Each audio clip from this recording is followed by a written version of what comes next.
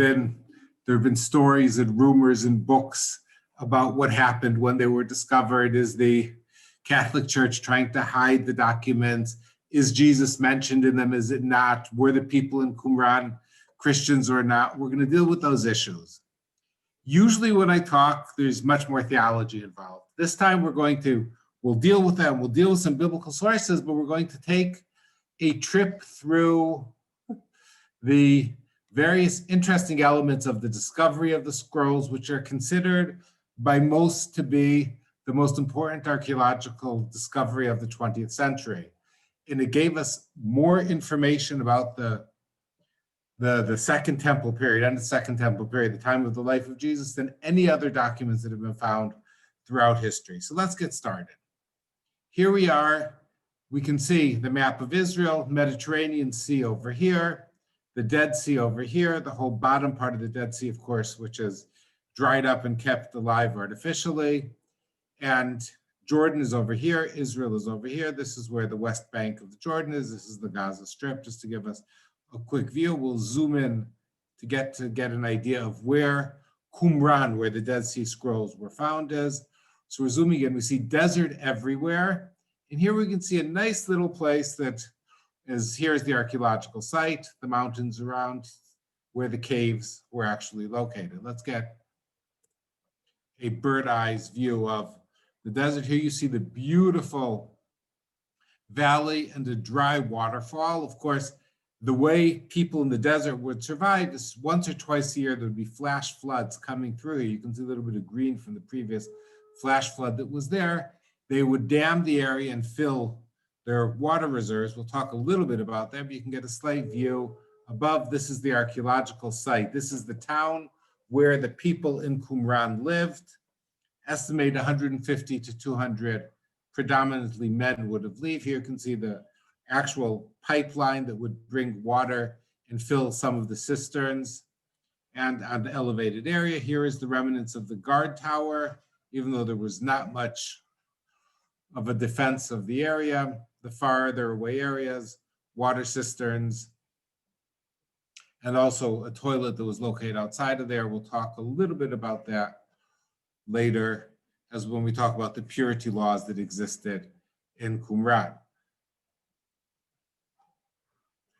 Now, story goes, a couple of shepherds, Bedouin shepherds, are out in the desert. This is more or less what things would have looked like. You can see the beautiful picture of the goats walking around, of course, the goat or sheep path. That's more or less what would have happened until they approached, and they were in the area of Qumran. To be honest, this beautiful picture is taken near Wadi Kelt, the location where some people say the story of the shadow of the Valley of Death, but it's in the area where near the Mount of Temptation in Israel. And they arrive at one of the sheep disappears, one of their sheep disappear, and they think it's in the cave. They don't know, so they take a stone and throw the stone into the cave, and they hear something break. I love sound effects. So here are the two Bedouins who were there.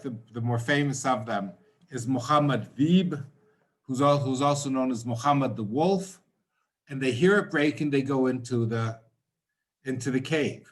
They don't find the sheep, but they find some containers like this, and they find some scrolls. They collect 4 scrolls and take them back. Unfortunately, we'll never know what happened. Some of the scrolls, they said, we'll use for fire. But then somebody came and they sold them to somebody who then brought them back because he noticed it was Hebrew writing. And he thought it was stolen. They brought it to a shoemaker whose hobby was also selling antiques. Here you can see one of the scrolls, slightly disintegrating, though it is a miracle that these scrolls survived in the perfect conditions for 2,000 years. Just one little element. This is where the Dead Sea Scrolls are stored today in the Israel Museum. In the Dome of the Book, it is the architectural element of it is to be designed exactly as the top of the containers that the Dead Sea Scrolls were kept in, and the museum is built in the shape of the containers. Here you can see the book of the complete book that was found. The complete book of Isaiah was found in the Dead Sea. So that's the copy of Isaiah. Another picture of our two Bedouin friends who take it over to this man whose nickname was Kando. His real name was Khalil Iskander Shaheen, who was a Christian Palestinian or Christian Arab living in Bethlehem, who purchased the scrolls from them for peanuts. And then here we can see a slightly later picture of him, and sold them to this man, who was the metropolitan of the Syrian or the Syriac Orthodox community in Jerusalem. You can see him with one of the scrolls he purchased. This is the scroll, once again, of Isaiah, which is the most perfectly pinned. He purchased them for $100. 3 other scrolls that were found a little bit later were purchased by Professor Sukenik, who was one of the great archaeologists of Israel, who purchased the 3 and then approached the metropolitan Samuel. Just one thing, you can see his middle name is Yeshua, which is Jesus in Syriac or in Aramaic, because the language that they pray in is Aramaic. And he tried to purchase the 3 others. The only problem was that the day that he purchased them was the 29th of November, 1947. For some of you, that might mean something. The 29th, for people in Israel, that means an awful lot. The 29th of November, 1947 was the day of the partition plan. And that's when, in those days, it was still, you could say in a way, a civil war between the Jewish population, the Arab population here, and the area started being more problematic to move around.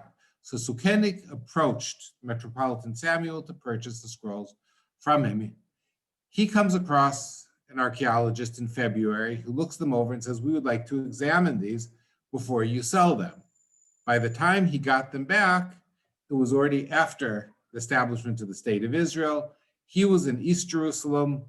Professor Sukenik was in West Jerusalem. There was nothing that could be done, so there was no way to purchase them.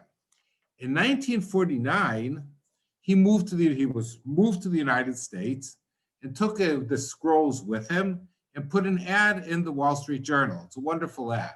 The 4 Dead Sea Scrolls, biblical manuscripts dating back to at least 200 BC, that's questionable, that's not really sale, are for sale.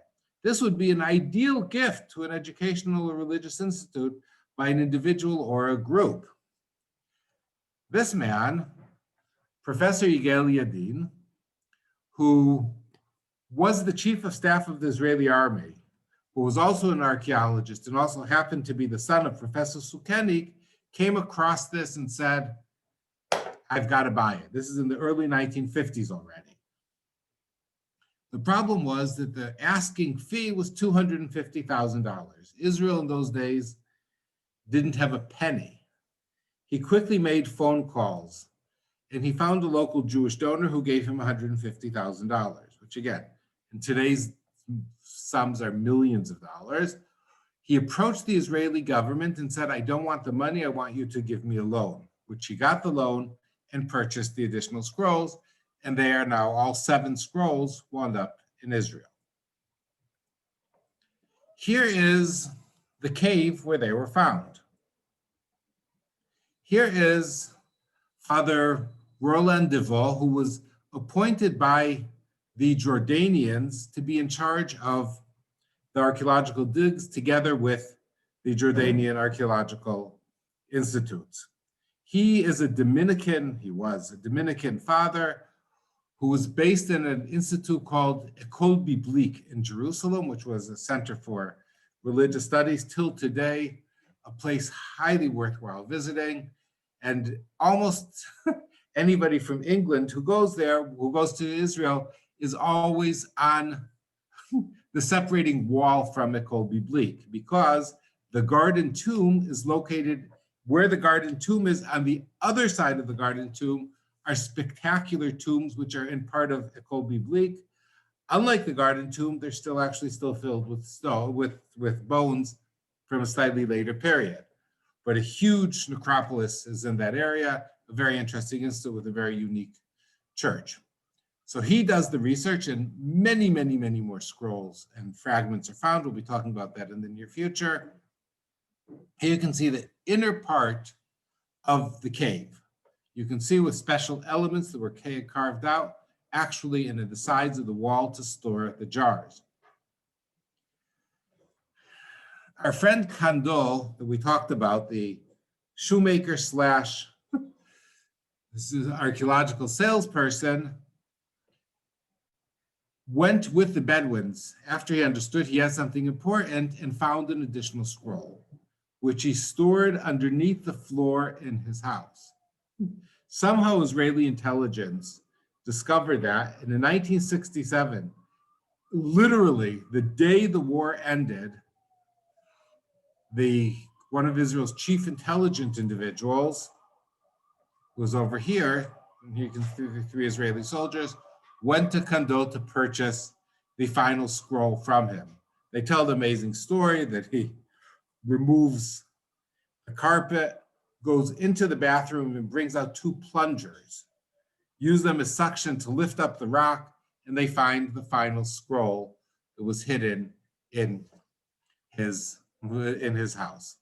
Now, we're going to be talking about the Essenes today. We'll deal a little bit later whether the people in Qumran were Essenes. I'll answer that more or less yes. But let's understand this group so that we can understand the traits, the traditions, and you'll see some elements which will remind you of early Christianity in the near future. So we're going to quote Pliny the Elder. He was a brilliant Roman historian, very close to Vespasianus, as was Josephus, who we'll be talking about later. You can see the year of his death, 79. He died in the famous volcanic ash. This is what he says. Now, we have to take Pliny the Elder's words with a grain of salt for one simple reason. He never visited the region. He never saw them. So this is hearsay, but it's not that far. To the west, we're talking about to the west of the Dead Sea. He's giving us a clear location of where Qumran was located. The Essenes have put the necessary distance between themselves and the Insalubris shore. They are a people unique of its kind and admirable beyond all others in the whole world, without women and renouncing love entirely without money and having for company only the palm trees. Again, keeping the idea of the Dead Sea area, Jericho, we're 13 kilometers south of Jericho, covered with palms. Owing to the throng of newcomers, this people is daily reborn in equal numbers. In other words, they stay the same thing, but using the term reborn is possibly hinting to the element of the ongoing purification, which each time you purify yourself, in Christianity, you baptize yourself once, in Judaism, it would be an ongoing thing. In their case, it would be twice a day, in equal numbers. Indeed, those whom, worried by fluctuations of fortune, life leads to adopt their customs, stream in great numbers. Now, there's talking about many people joining the group. They were spread out throughout Israel. We'll end with that. But the center, the key location was Qumran, most likely. There were around 4,000 Essenes in all of Israel. Thus, unbelievable though this may seem, for thousands of centuries, that historical, in those days, numbers were liquid, a race has existed which is eternal, yet into which no one is born. So fruitful for them is the repentance which others feel for their past lives. Greek and Roman world idealized people who were so devout and willing to give of themselves or separate themselves. Now, where did the Essenes come from? Hint number one we find in Daniel 11. And there it says this: then shall stand up in his estate a raiser of taxes in the glory of the kingdom, but within few days he shall be destroyed, neither in anger nor in battle. So what is this hinting to? We turn to the book of Maccabees. In the book of Maccabees, it tells us this: but one Simon of the tribe of Benjamin, remember this, the tribe of Benjamin, very important, we'll come back, who was made governor of the temple, in other words, more like the administrative director of the temple, fell out with the high priest and disorder in the city. And when he could not overcome Onias, whose name in Hebrew was Chonio, he gat him, that's the actual translation, I don't know why, to Apollonius, the son of Therasis, who was then governor of Cilicia and Phoenix, and told him that the treasury in Jerusalem was full in infinite sums of money, so that the multitude of their riches, which did not pertain to the account of the sacrifices, was innumerable, and that it was possible to bring all into the king's hands. So here we have Simon making an offer to the king. Now, when Apollonius came to the king, he had shewed him of the money whereof he was told. The king chose Heliodorus, his treasurer, and sent him with a commandment to bring him the foresaid money. This is actually an amazing drawing by Reuben, if I'm not mistaken, of that. Now, in those days, let's get a historical idea of what we're talking about. We're now in the 2nd century BC. What was going on here is following Alexander the Great's capture. The Roman Empire was divided more or less into two areas. The house of Seleucus or Seleucides were over in this area. This is Ptolemaeus was over here. And in the middle is Israel or Palestine, where they were fighting over all the times. You can see the Red Sea, you can see Tyre and Lebanon. And this was an area that sides would move their alliance, because these two groups were fighting with each other. They'd move their alliance in one direction or another. So families jockeyed for power between the Ptolemies and the Seleucids. Onias III was the high priest that we just read about during the reign of Seleucid in 187 to 175 BCE. Simon, that we just talked about, captain in the temple, accused Onias of hiding money that should have gone to the king. Seleucid then sends Heliodorus to Jerusalem to investigate, and Onias heads over to Antioch to explain to the king that what was told was not right. Onias appoints Jason. Now, interesting enough, Yason, but the name Jason was a name given for somebody whose name was Yeshua, which later on was, of course, the name of Jesus, which was a very popular name in those times, who was his brother, who was the captain of the temple, and he made him the interim high priest.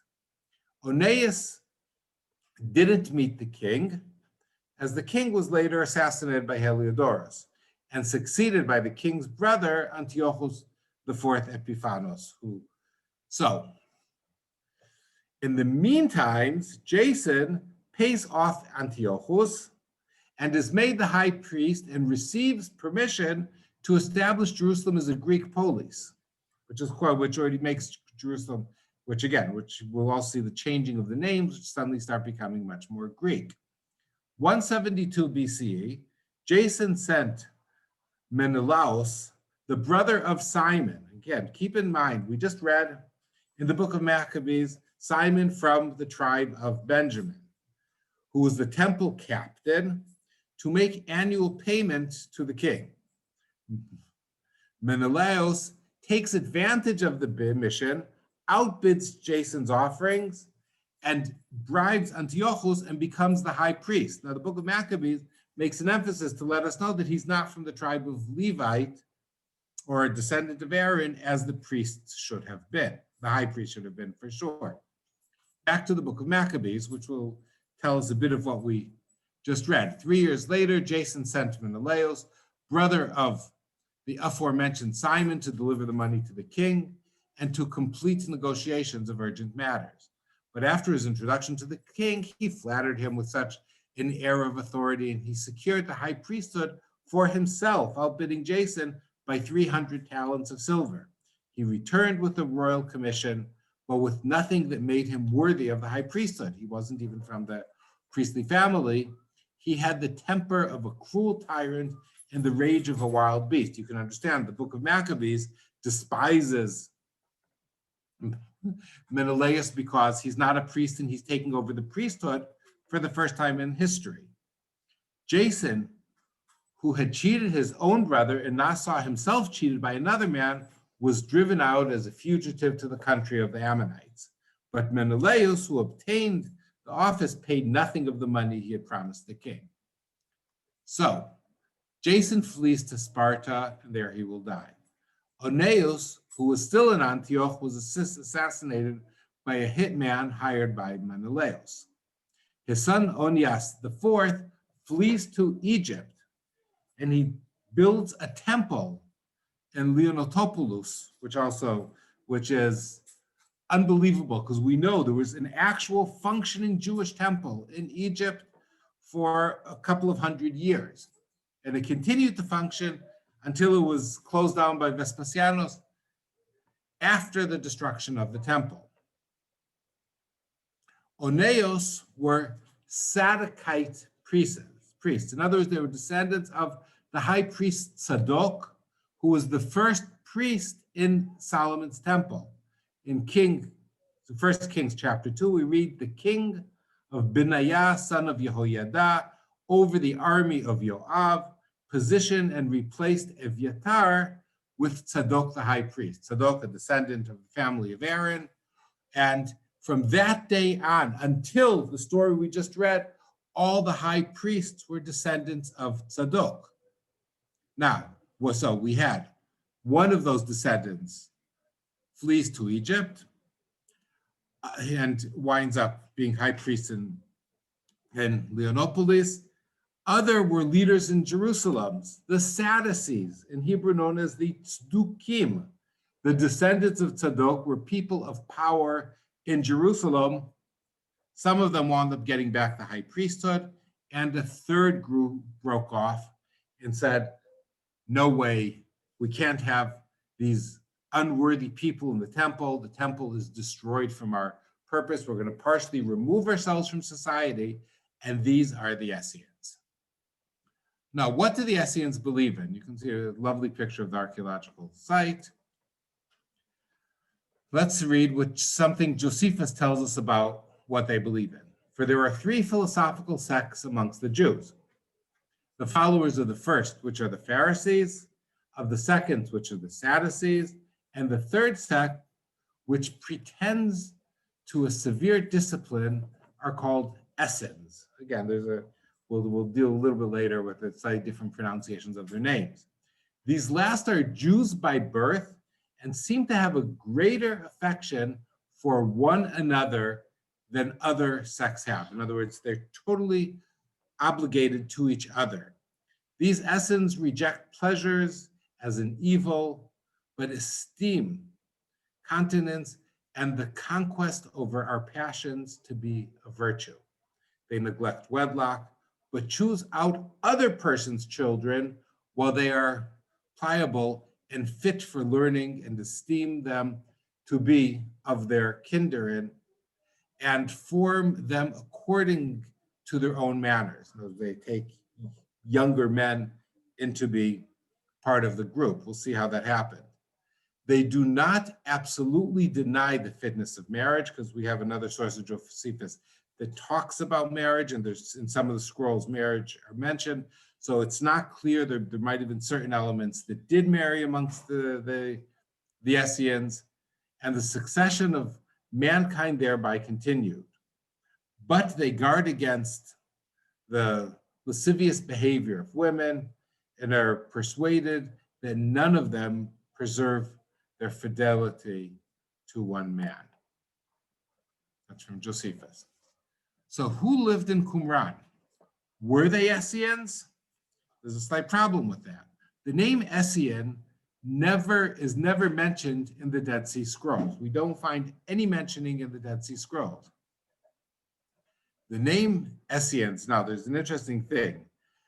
Each Josephus and Pliny each give them a slightly different name.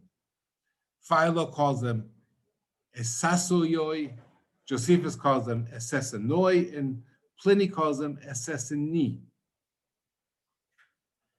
Then they tried to say, where did the name come from? So they try to say it might come from the source of the word for piety. Some might come from holiness. Now, some say it might come from Essene, from chasa in Aramaic, or chasid in Hebrew. Others say it comes from ose, which is people who do the actual work. The group themselves knew their name as the group of Yachad. They were together. Those are terms they used. So it's possible that external elements would have called them Essenes. They might have had a different name for themselves. They didn't actually name themselves. Here's some wonderful pictures of the very early archaeological digging in the 1950s. The original settlement in the area was in the 7th century BCE, not connected to the Essenes, of course, because it's located on a piece of land where you can collect water, and yet at the same time is on the road going down from the Dead Sea, which was a very important road even in those days. It was abandoned most likely in 586 with the destruction of the first temple. It was resettled in the first quarter of the 2nd century of the BC, which is, again, more or less the time we talked about it before, around 174 BCE, more or less. A huge earthquake destroyed the area in 31. There were a lot of remains. A room with over 1,000 broken dishes that was just walled off was found there, but the settlement continued.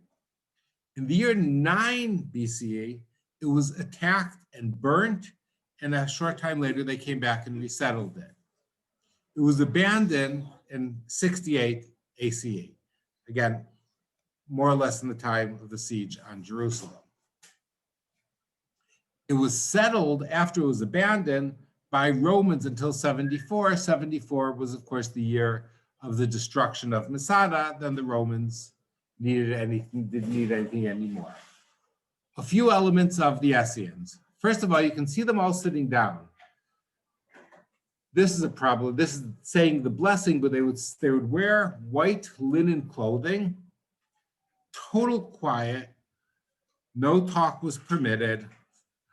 They would sit, they of course would not be sitting on benches like that. That's more or less of a depiction of how, more or less how the Crusaders would sit. They would not sit around the table like that. They'd of course sit on the floor, but total quiet and all the time concentrated in what they need to do. So it was exceptional order, discipline, obedience in dress, deportment, meals.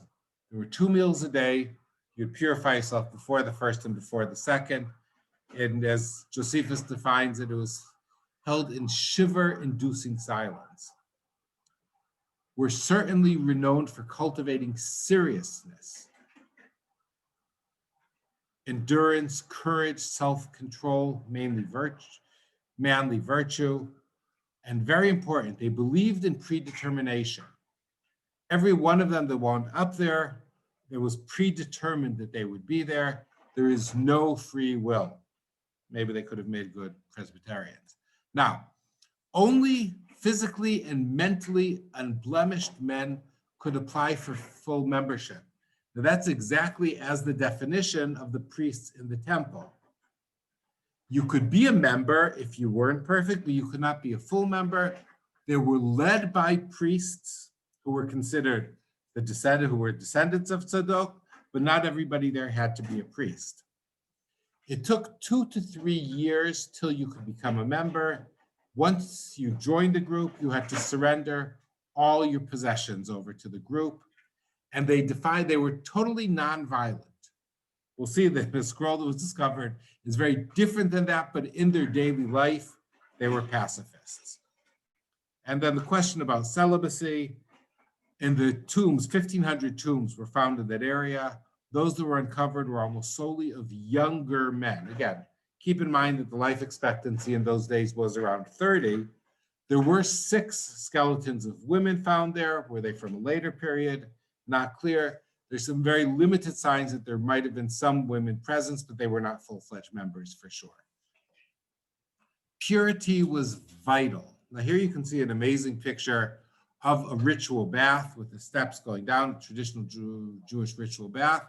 And this is from the earthquake of the year 31 that went right through the middle of it, splitting the, there were 10 mikvahs, 10 Jewish ritual baths found in Qumran for 150 people. That's quite amazing, especially in an area with very limited water. Now, impurity in Judaism is very, very different than what we see as impurity in Christianity. Ritual purity for this group was a very, very important thing. In other words, whenever they would approach the rituals, they had to be pure, like the priests in the temple. All impure people in the Jewish tradition can become pure through a system depending on who you are and how you became impure. What caused it? The most extreme element of impurity is contact with a corpse. Now, in Judaism, impurity is a mechanical, not a spiritual element. In other words, you become impure not because of bad thoughts, you become impure because of something physical. Most cases, immersion in water is part of the process to become pure again, and then time plays an effect. Now, the need to become pure in many cases, especially amongst priests, was in connection with being in God's presence. So that's why they wanted to be pure all of the time. Now, it's taken for granted that most Jews in those days were in a status of impurity, that impurity was only vital for priests. The members of Qumran observed ritual purity at its highest level, purifying themselves twice a day. On an everyday basis, they lived as though they were priests in the temple or the tabernacle in the desert, because they were waiting, we'll talk a bit about this very soon, for the day that they would replace the temple, the priests in the temple, that for them was spiritually destroyed, non-existing, because it was ruled by impure people. The ritual impurity caused by contact with certain things. Now, here's a very important thing. Members of Qumran might see purification also on a spiritual level, which is very similar to Christianity and very similar to John the Baptist, who we will talk about soon. In the scroll of the order of behavior, it is said this: in this way shall they behave in all their places of residence. Whenever one fellow meets another, the junior shall obey the senior in work and in money. So there was a very strong hierarchy amongst them. They shall eat together.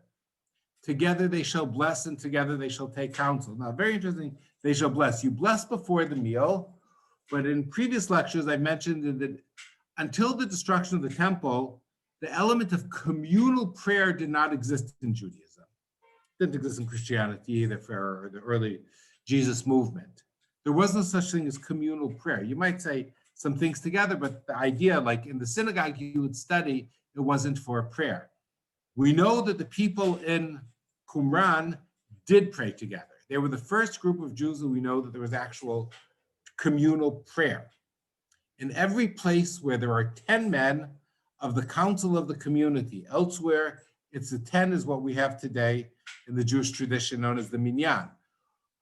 Other places, there's talks about 12 people that make up the leadership. See the link to the early Jesus movement. There should not be missing amongst them a priest, but the priest always has to be present. Now, we'll see many times the mentioning of the scrolls. Q is Qumran. 1 is the cave. There are 11 caves. Most of them, the cave that most scrolls were found in was number 4. 1 was the first cave, where, of course, the Bedouins found it. Here you can see a wonderful display of the little pieces, little fragments of the scrolls that were laid out to try to put them together. So what was found in Qumran? Over 15,000 fragments and over 900 scrolls. Remains found in 11 caves.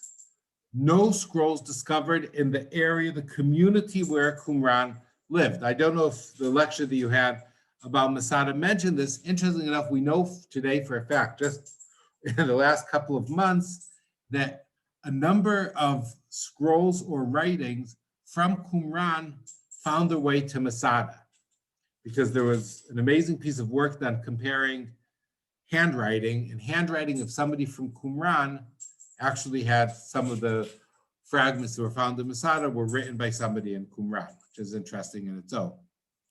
There are no historical books like the Book of Maccabees, those books that are not part of the Hebrew Bible. There are no personal documents, deeds, marriage certificates, anything in that area. None of that was found. In other words, so now we know when you hand over your ownings, it all goes straight to there. So what did the scrolls consist of? 1/4 of the scrolls were of all the books of the Hebrew Bible, except the book of Esther. Now, why wasn't the book of Esther found? We don't know. Was it an ideological decision? Some said because the book of Esther took place not in Israel, but then Ezekiel and parts of Isaiah were not written in Israel either. We don't know. It might just be a coincidence. No answer, but sections or parts of all the books of the Hebrew Bible were found there. No segments from the New Testament were found there. Now, that also makes sense. If it was destroyed in 68, we're talking about early Christianity. The only actual written books in those days were the letters of Paul. There was the Targum, the translation of the Bible into Aramaic. Because again, keep in mind, the spoken languages those days was Aramaic, though the language of study was probably Hebrew, so we find the translations into Aramaic. Commentaries and interpretations of the prophets. They were known as psharim. So here we have reading into the text with a huge emphasis in the book of Isaiah, the book of Psalms. Ding, ding, ding. Book of bells go off. It's very similar to the New Testament.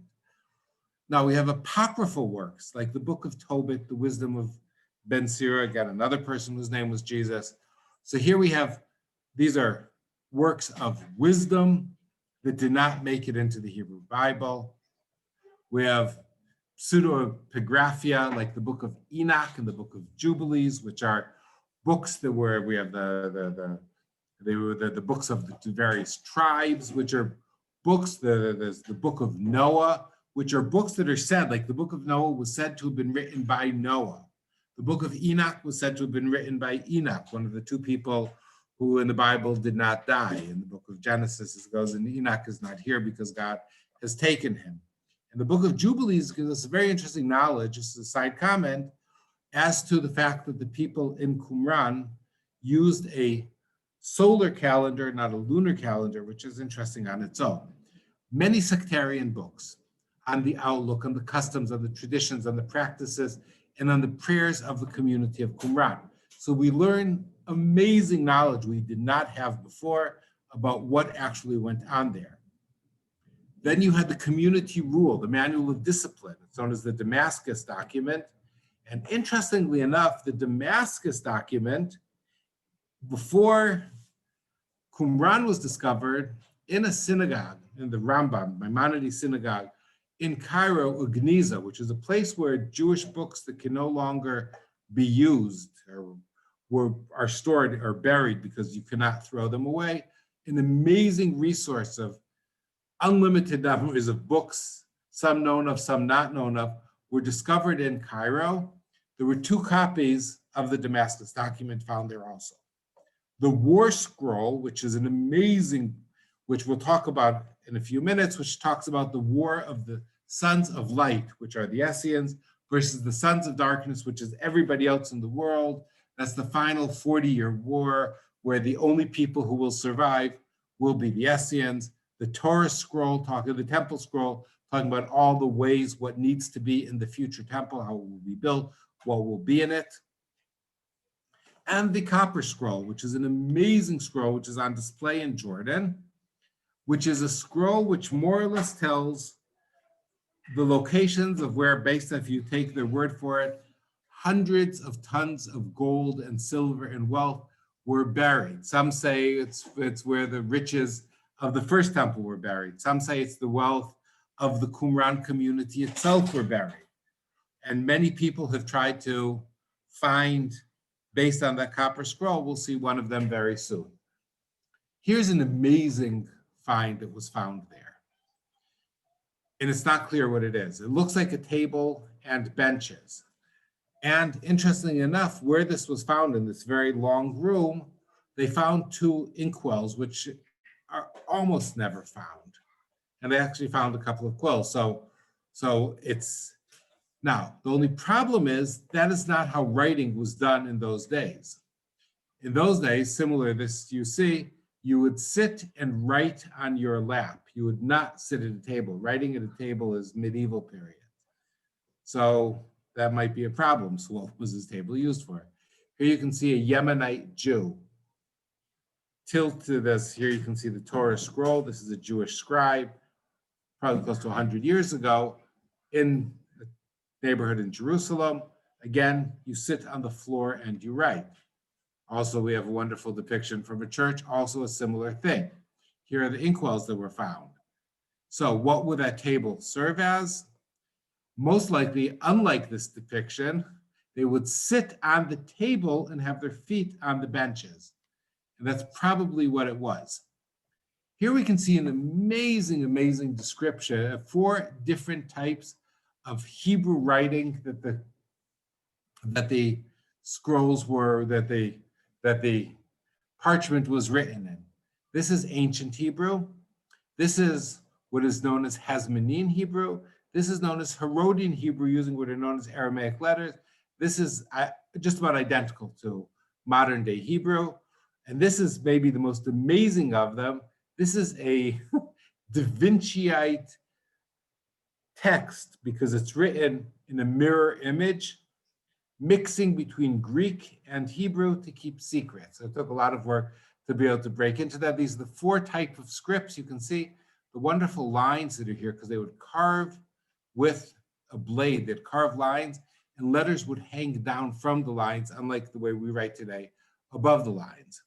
Greek texts were found. Now, what Greek texts were found? The Bible translated into Greek, the famous Septuaginta. Just keep in mind a huge mistake that's made.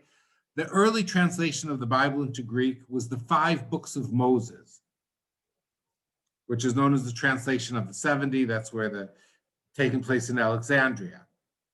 Later translations, the Greek Bible that exists today was translated in a much later period, and the Bible you use is translated, the Hebrew scriptures are translated directly from the Hebrew following Luther. This is the copper scroll with the carvings into the actual copper. And last but not least, the wonderful ostracon that was found where somebody was learning how to write. Because as we talked about in a previous lecture, very few people knew how to write. Most people would know how to read. Writing was a different art. So what was the world made up of? Now this is, I found this, which is quite amazing because it's from a description of the Branch Davidians. I don't know if you know of the Branch Davidians in Waco, Texas, led by a person by the name of David Koresh. And he adopted himself as being like the leader of the Essenes, who was known as the teacher of righteousness, Until today, there are groups around the world who claim to be Essenes in their own ways. Now, as the nicknames and hints they gave, who was the teacher of righteousness? Righteousness in Hebrew is tzedek, from the family of Tzadok. So he was probably a priest, the founder of the group, who was known as the teacher of righteousness, the hint to Tzadok. There are 3 opponents that are to be found in the Dead Sea Scrolls. The wicked priest, most likely Jonathan Horkinus, maybe Simon. We're talking about the Hasmoneans. Why are they the wicked priests? 1, they were quite brutal people.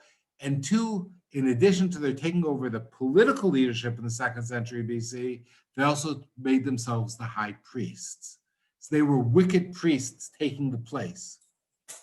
the man of lies, not clear who that is, and then the lion of wrath was Alexander Jannaeus, who was brutal, hanging, crucifying people, not a nice person. Now, I'm sure many of you have heard many crazy theories connected to Qumran. Let's see a couple of them just to get an idea. We'll start with Barbara Thering, an Australian historian, theologian. Her theory of analyzing the Dead Sea Scrolls is the righteous teacher was John the Baptist. The wicked priest was Jesus, relating probably to the element of the priesthood, which is mentioned in the book of Hebrews chapter 7. Both, based on her theory, were active in Qumran. They were actual members of Qumran in the last 4 days of Jesus's life. Jesus had actually been married during this time and then was divorced. He then married for a second time, and who did he marry? Mary Magdalene. We're going to be reaching the book in a second. He has 4 children. Second interesting theory. Michael Begener and Richard Lay wrote a book that was a bestseller called Holy Blood and Holy Grail. He says the Dead Sea Scrolls were written between and by Christians living in Qumran. All similarities between Christianity and the writers of the scrolls are proofs that they must have been one and the same religious group. And some of the similarities, the communal sharing, messianic hopes, the fact that Qumran had 12 male leaders, all points to what they suggest. Qumran had been populated by early Christians, and the Dead Sea Scrolls had been written by them. The righteous teacher then had to be Jesus. Now, one of the problems is the righteous teacher is defined in the text as a simple man without any claim to divinity. So the solution to that is that the divine nature of Jesus must have been a later construct by the Apostle Paul, and based on that, he is the man of lies. And of course, putting these two things together were major source of feeding Dan Brown's book, The Da Vinci Code. So here we have 2 theories. We'll understand later why they're totally and absolutely baseless. The fact that most of the scrolls, almost all the scrolls, predate Christianity or predate the Jesus movement. And here's another thing that came out of the research in the Dead Sea Scrolls. Professor Vendell Jones. Vendell Jones was a Baptist minister. He wasn't really a professor, who moved to Israel in 1967, befriended the people who were doing the work in the Dead Sea Scrolls, raised an awful lot of money, partook in some of the diggings, was one of the people who thought that through the copper scroll that we talked about, where everything was hidden, he would find the Ark of the Covenant. Ding, ding, ding, started to ring a bell. He also raised a couple of $1 million because he was convinced he was able to analyze and discover where Jesus's foreskin was located. He couldn't find an Israeli archaeologist who would dig with him, so that never came to be. Here you can see Vendell Jones. He's since passed away. The character of Indiana Jones is actually based on him. Let's start learning a little bit of a couple of the texts. This is the War Scroll. And this is what the end of days is going to look like. For the instructor, the rule of war. The first attack of the sons of light shall be undertaken against the forces of the sons of darkness, the army of Belial, as is known in the Bible. The troops of Edom and Moab, the sons of Ammon, the Amalekites, the Philistia, and the troops of Kittim from Ashur, from Assyria. Supporting them are those who have violated the covenant, in other words, the Jews. The sons of Levi, the sons of Judah, the sons of Benjamin. These are the tribes that were not taken into exile in 722 by the Assyrians. They are the kingdom of Judah. Those exiled to the wilderness, remember this, shall fight against them. Remember the wilderness, very important. Against all their troops, when the exiles of the Son of Light return from the wilderness of the people to the camp in the wilderness of Jerusalem, because Jerusalem is like wilderness, not desert, wilderness. Different lecture about that. Children of Israel were not in the desert for 40 years, they're in the wilderness. Wilderness is an area with very limited rain, but enough to raise flock, which is not the case in a hardcore desert. Then after the battle, they should go up from that place. Then they shall, and you see the little missing places, because that's where there are holes and it needed to be filled in. Then there shall be a time of salvation for the people of God. In other words, the Essenes, and the time of dominion for all men of his forces. The eternal annihilation of the forces of Belial, there shall be great panic among the others. There shall be no survivors of the sons of darkness. The only people who will survive will be the Essenes. Sons of righteousness shall shine to the end of the world. And think of the various verses from Isaiah, continuing to shine forth until the end of the appointed seasons of darkness. Then at the time appointed by God, his great excellence shall shine for all the times. So it's rise, shine, for as Isaiah has put it. All times of eternity, for peace and blessing, glory and joy, and a long life for all sons of light.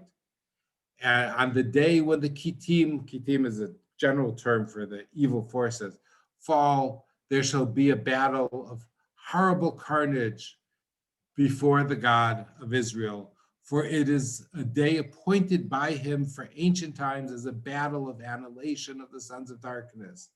And on that day, the congregation of the gods of the congregations of men shall engage one another, resulting in great carnage. The sons of light and the forces of darkness shall fight together to show the strength of God with the roar of the great multitude and the shout of God's men, a day of disaster. It is a time. So we talk about these pacifist people who talk about total carnage wiping out the world's population. Let's take another look from the book of Psalms. Almost all the Psalms were found in the scrolls. There were also 4 additional Psalms that were found that they're not in the Bible. One which actually is in the Orthodox Bible, but not in the Catholic Bible. Now, in Psalms 145, we have, well, it's a verse, it's the only Psalm in the whole book of Psalms which is called a psalm. It starts Tehillah David, a psalm to David. And then it goes in an alphabetical order. It says, to make known to the sons of men his mighty acts and the glorious majesty of his kingdom. Thy kingdom is an everlasting kingdom, and thy dominion endureth throughout all generations. The Lord upholdeth all that fall, and raiseth up those that be bowed down. In Hebrew, you can see the Hebrew alphabet as it goes. Aleph, Bet, Gimel, Aleph, Vav, Zayin, Chet, Het, Yud, Kaf, Lamed, Mem, and Samech. The letter Nun is missing. It's missing in your texts also, just you don't have the alphabetical order to come and play a part. But it is, there's one line missing, which led, and here once again talking about King David, different elements of King David, it's King David Hotel. And we have a discussion in the Talmud, the Jewish oral law, and it says this, Rabbi Yochanan said, why is there no Nun in the Asher? Asher is the name of that psalm. Why is that letter missing? Because it would refer to the downfall of Israel. As it is written, Nafla lo takum od betulat Israel. In the book of Amos, fallen not to rise again is maiden of Israel. Reb Nachman Bar Yitzchak said, even so, David refers to it and finds support for Israel in the Holy Spirit, as it is said, the Lord supports all who have fallen, which is, and so the rabbis tried to explain why that line was missing. Only problem is, in the Septuaginta, there actually is a line. There's an extra verse, which is in the Greek Bible, faithful is the Lord in his words, and devout in all his works. The word in Hebrew is ne'eman, which means faithful. In the Dead Sea Scrolls, lo and behold, there was a verse there. God is faithful in his words and loving in all his deeds. But then there's an additional line. It says, praise the Lord and praise his name forever and ever.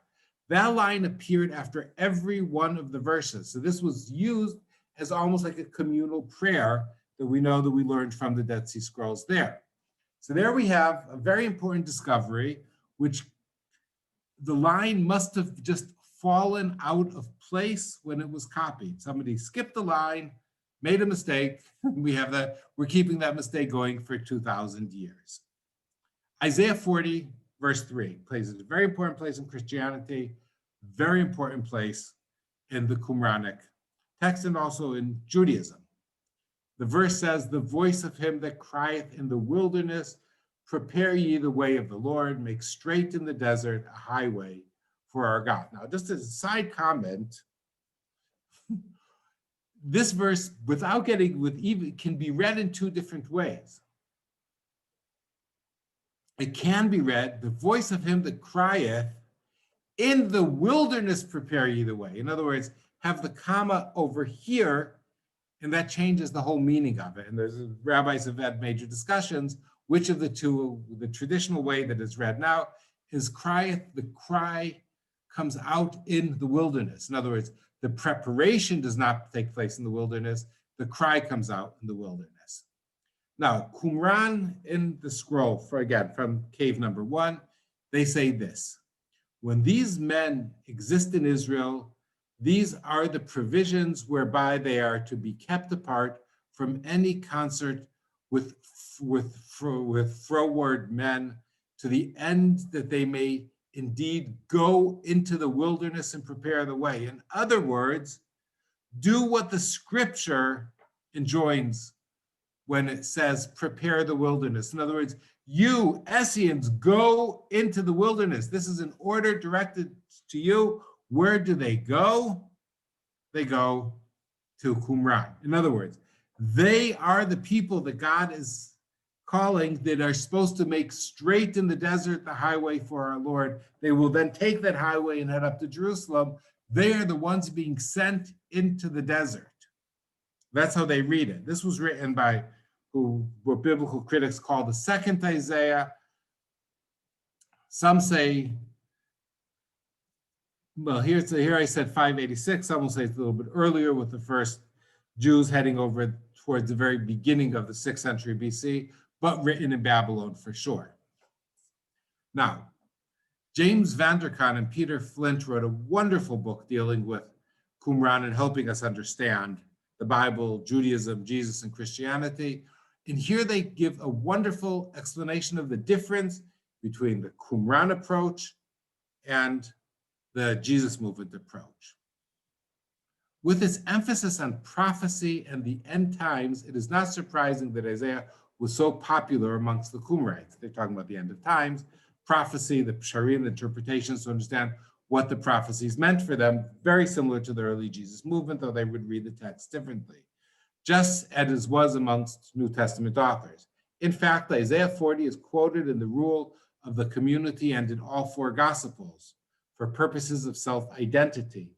The way Qumran understands Isaiah's prophecy as signaling their own separation from Jerusalem Jews. In other words, remove yourself, go into the wilderness, leave Jerusalem, even though there was an Essene community in Jerusalem, and their departure for the wilderness in order to prepare the way of the Lord through the study of Torah. In contrast, the Gospels passages proclaim as describing who is that forefront person that goes into the desert, into the wilderness. It is John the Baptist. It is John the Baptist. And what does John the Baptist do? Calling his audience to prepare for the arrival of Jesus. In these two different self-defining uses of the same scripture passage, the Qumran conventors view Isaiah 40 as fulfilled in themselves, while the evangelists present it as being fulfilled not in John, but in Jesus the Messiah. So here you can see the use of the same text, Now, was John the Baptist an Essene? Let's see why maybe he was. He was a priest, as were many of the Essenes, who removed himself from Jerusalem. He was active in the wilderness, very, very close to Qumran, around 10 kilometers from Qumran. The element of purification was vital for him. He lived a very ascetic lifestyle.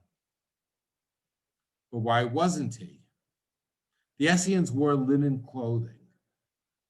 John wore camel hair garments. The Essenes ate only pure food of the group. John ate wild honey and grasshoppers. John purified others, he was very non-exclusive. The Essenes were extremely exclusive. John preached repentance, not predetermination. You could change your way.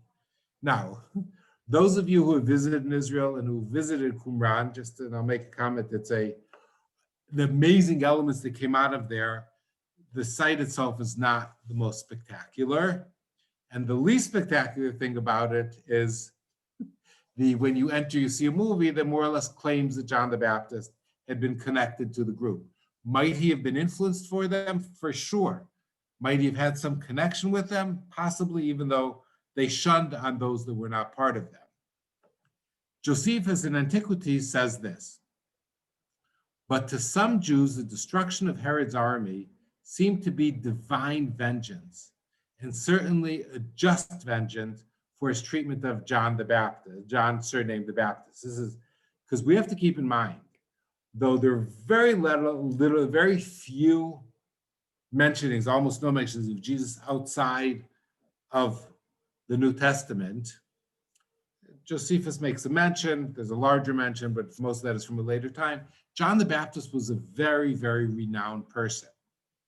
For Herod had put him to death, though he was a good man and had exhorted the Jews to lead righteous lives, to practice justice towards their fellows and piety towards God. It sounds, and so doing, join in baptism. So Josephus gives John the Baptist the credits, similar to what the Essenes claim, but that he did it for all. In his view, this was a necessary preliminary if baptism was to be acceptable to God. They must not employ it to gain pardon and whatever sins they committed, but as a consecration of the body, implying that the soul was already thoroughly cleansed by right behavior. So we see, again, John the Baptist's theology, as explained by Josephus, is very similar to early Christianity, a slight break from traditional traditional Judaism at the time. So maybe Jesus was an Essene. We saw that claimed by two of the books. What are the similarities? The communal meals of the early Christian, of the early Jesus movement, the pooling of possessions, dualism, the light, the good ones versus the darkness. They both had a very clear apocalyptic outlook. The differences. The Essenes did not believe in a single Messiah. They believed there would be two Messiahs from the house of Aaron, which made sense for them because the leadership and the founder were priests, and from the house of David. Another point that needs to be mentioned is that the Essenes' Messiah was a Messiah of warfare, while Jesus was seen as a Messiah of peace, which is very, very different. Jesus clearly did not believe in predeterminism. To be a member, you had to be pure. The Essenes saw themselves as a substitute temple, while Jesus was, and that's why they were always pure and ready, Jesus was open to the most impure, to the bleeding woman, to the leper, even to corpses. Essenes were exclusive, Jesus was inclusive. Not to mention that the texts were written long before the period of Jesus. But so Jesus could not have been an Essene. But, and here's the big but, there are elements in the early Christian movement which were clearly influenced by the Essenes. And that's why, to my opinion, it is clearly not a coincidence that the Last Supper took place right near the Essene gate in Jerusalem. Where Mount Zion is today is where the Essene community sat, and here's the excavations from not that long ago of the actual Essene gate. So the connection, a group feeling safer in a more excluded group because the mainstream would find them much more offensive. They were both also extremely messianic. And here's an interesting little anecdote that's not usually talked about. What's the connection between Jesus' Last Supper and the Essenes? In Luke, we read this. Then he took a cup, and after giving thanks, he said, "Take this and divide it amongst yourselves. For I tell you that from now on I will not drink of the fruit of the vine until the kingdom of God comes." Then he took a loaf of bread, which really was the matzah, was the unleavened bread, according to Luke.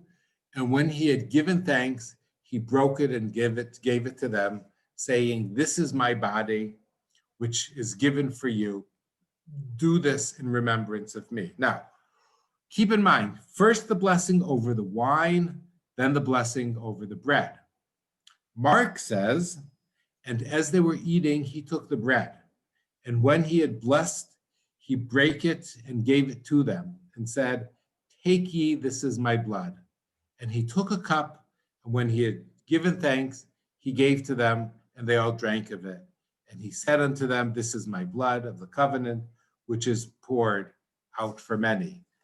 Mark has Jesus first bread, then wine, and Matthew follows Mark's line. Now, why is this important? The Pharisee and the Jewish tradition till today is you first say the blessing over the wine and then over the bread. Even though, according to the biblical texts, you should say the blessing over the wine first, over the bread first, because in the order of the 7 fruits of the vine, and in that order, the 7 fruits of the land of Israel, and in that order you are supposed to say the blessing. It is Eretz Chita, land of wheat, Seorah, barley, Geffen, grapes, Te'ena, figs, Rimon, pomegranate, Zeit Shemen, olives, Dvash, dates. The Essenes followed the tradition of Mark and Matthew. The place this took place was the location where the Essenes in Jerusalem lived, because we said they were spread all over. And I'll end with a very disturbing but interesting little anecdote. The Essenes, the element of purity, were major. Part of that purity was you're never supposed to expose yourself. The priest is commanded not to, there should be a ramp and not steps going up, so the priest should not expose himself. The bathrooms, the bathroom that was found in Qumran actually was secluded so nobody could see it, and immediately you would head into the purification pool. The Essenes in Jerusalem, even though they felt that the temple was destroyed, Jerusalem was still holy. And for that reason, they would never go to the bathroom within the city. Now, an anecdote that's not talked about much was the level of stench, which was never ending. It doesn't come across in the movies. This leads all the way up to the 18th, 19th century. There were corpses. The Vespasianus tells the story of a wild dog bringing him a human hand to his table. There were excrements. There was everything throughout the cities. The Essenes would leave the city, according to a biblical commandment, dig a hole and then go to the bathroom there. So they would never go to the bathroom in Jerusalem. The problem was you weren't allowed to leave the city on Shabbat, on the Sabbath. So according to Josephus and according to the Dead Sea Scrolls, the Essenes who lived in Jerusalem would not go to the bathroom for 25 hours over the Sabbath, which would probably take some of the pleasure away from the Sabbath. So here we can see, in conclusion, the Dead Sea Scrolls were a phenomenal find, gave us knowledge about a very specific group in Judaism that existed in those days that we had limited knowledge about. Gave us about ideas and thoughts. Some of the books that were found there were Jewish books. There's the interpretations, and the rules of the community were their rules. And we can see how some of that had influence on early Christianity. The communal living, the sharing, and some of the messianic ideas and ideals that were found there. The richness of the books, and the amazing thing is the similarity between the Bible fragments that were found there and the actual Hebrew Bible, even though there are differences from what is known as the Masortic text, which is now based on a 9th century Bible. But all in all, the links, the ideas, and the element of Jews in those days coming together around a group, around a leader. We had the Essenes that did that in the 2nd century. We have the early church that took place in the first half of the 1st century ACE. So that concludes today's